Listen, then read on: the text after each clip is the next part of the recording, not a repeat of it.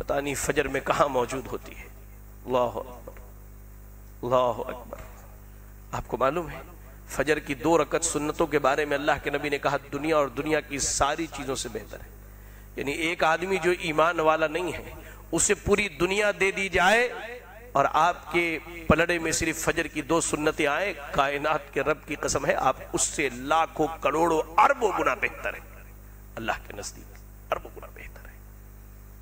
اللہ کے نبی نے کھلے لفظوں میں کہا اثقل الصلوات علی المنافقین، منافقوں پر سب سے بھاری نماز نماز فجر ہے اور نماز عشاء ہے. اور حیرانگی کی بات تو یہ ہے اب تو نماز فجر جو ہے تقریباً 6 بجے سے پہلے 5:30 بجے کے قریب ہوتے. پوری رات کی نیند لینے کے بعد آپ آسانی سے آ سکتے ہیں، آسانی سے آ سکتے ہیں. اللہ اکبر. پوری رات کی نیند لینے کے بعد. اور اس کے بعد اللہ رب العالمین سورۃ النساء کی آیت نمبر 142 میں ارشاد فرماتا ہے منافقین کے بارے میں وَإِذَا قَامُوا إِلَى الصَّلَاةِ قَامُوا كُسَالَىٰ يُرَاءُونَ النَّاسَ وَلَا يَذْكُرُونَ اللَّهَ إِلَّا قَلِيلًا. کہا کہ جب یہ نمازوں کے لیے کھڑے ہوتے ہیں تو بڑی سستی میں کھڑے ہوتے ہیں، بس مجبور ہیں نماز نہ پڑھیں.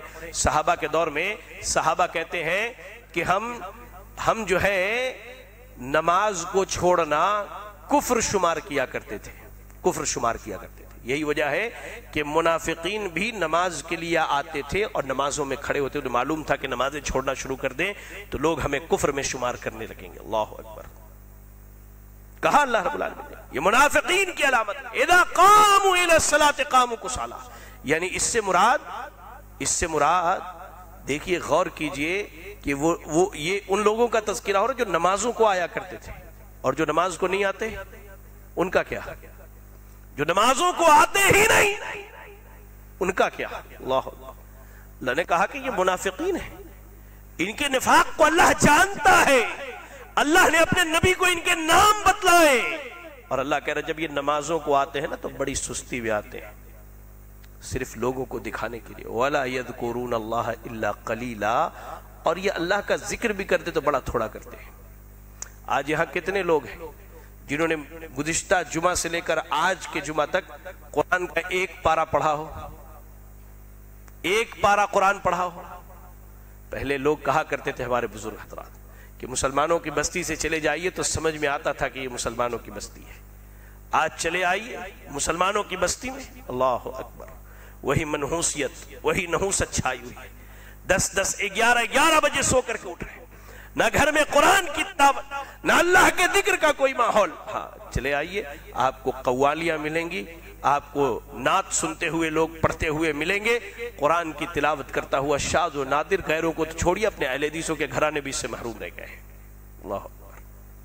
وَلَا يَذْكُرُونَ اللَّهَ إِلَّا قَلِيلًا. تھوڑا اللہ کا ذکر. کتنے لوگ ہیں ہم میں سے جو صبح اور شام کے اذکار کے پابند ہیں؟ صبح و شام کے اذکار اللہ کے ذکر ہے، اللہ کا ذکر ہے. کتنے ہیں جو روزانہ 100 مرتبہ سبحان اللہ والحمدللہ ولا الہ الا اللہ اللہ اکبر پڑھنے والے؟ کتنے ہیں جو روزانہ سبحان اللہ وبحمدہ سبحان اللہ العظیم کا ورد کرنے والے؟ استغفر اللہ، اللہ اکبر، لا الہ الا اللہ، لا الہ الا انت سبحانک انی کنت من الظالمین. اس طرح کی کلمات، اس طرح کی دعائیں ہم میں سے کتنے لوگ پڑھنے والے ہیں؟ اللہ. کہیں میں نے پڑھا تھا کہ جب انسان کے دل میں دنیا اور دنیا کی چیزیں بالخصوص ناچ گانے کی محبت بس جائے تو اللہ تعالیٰ ایسے دل سے اپنے ذکر کو چھین لیتا ہے، اللہ ایسے دل کو غافل کر دیتا ہے. اللہ دل کا غافل ہونا یہ نفاق کی علامت ہے. اور ایک آخری بات کہوں، منافقت کی ایک بڑی علامت یہ ہے کہ ہم نے ایمان لایا ہے اللہ پر اور ایمان لایا ہے رسول پر. جی ہاں، ہم اللہ کو مانتے ہیں، ہم اللہ کے رسول کو مانتے ہیں، لیکن نہ ہم اللہ کی مانتے ہیں نہ ہم اللہ کے رسول کی مانتے ہیں. ایک مثال دیتا ہوں. اتنی بڑی مسجد میں مان لیجئے 200 لوگ ہیں، مشکل سے 30 لوگ آپ کو داڑھی والے نظر آئیں گے. اچھا کس کو نہیں معلوم ہے کہ داڑھی رکھنا اللہ کے نبی کی ایسی سنت ہے کہ آپ کے چہرے مبارک پر آنے کے بعد آپ کے ساتھ آپ کی قبر میں گئی تھی؟ یہاں کس کو نہیں معلوم ہے؟ یہ بتائیے کس کو نہیں معلوم ہے؟